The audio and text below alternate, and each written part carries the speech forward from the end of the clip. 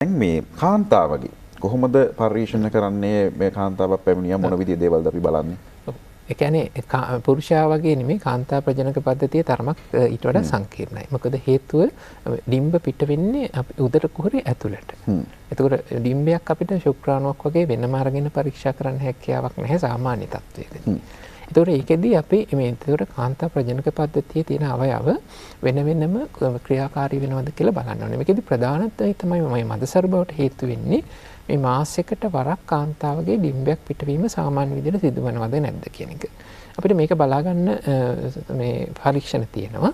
එකක් තමයි අපි ඩිම්බ පිටවීම සිදු වෙනවා නම් සාමාන්‍යයෙන් අපි දන්නවා ඩිම්බයක් මෝරනකොට ඩිම්බ කෝෂයේ අර වතුර තරලයේ පිරුණු අවකාශයක් හැදෙනවා අපි කියන ෆොලිකල් එකක් කියලා. මේක ප්‍රමාණයෙන් ලොකු වෙනවා සාමාන්‍යයෙන් දින 11ක් විතර වෙනකොට සාමාන්‍ය මැචුවර් ෆොලිකල් එකක්. ඒ කියන්නේ හොඳට ප්‍රමාණයෙන් ලොකු වෙච්ච ෆොලිකල් එකක් අපිට දකින්න ලැබෙනවා. මේක සාමාන්‍ය අර ට්‍රාන්ස්වැජනල් අල්ට්‍රාසවුන්ඩ් ස්කෑන් කියන ස්කෑන් පරීක්ෂණයක් කරාම කියන්නේ අපි යෝනි මාර්ගය හරහා කරන ස්කෑන් පරීක්ෂණයක් කරාම අපිට පැහැදිලිව දැක ගන්න පුළුවන් මේ ඩිම්බයක් මෝරලා එනවද කියලා කාන්තාව. මේකට සුදුසුම දවස වෙනකොට ඒ කියන්නේ සාමාන්‍යයෙන් ඔසප් චක්‍රයේ 11 වෙනි දවස වගේ තමයි අපි මේ පරීක්ෂණය සිදු කරන්නේ.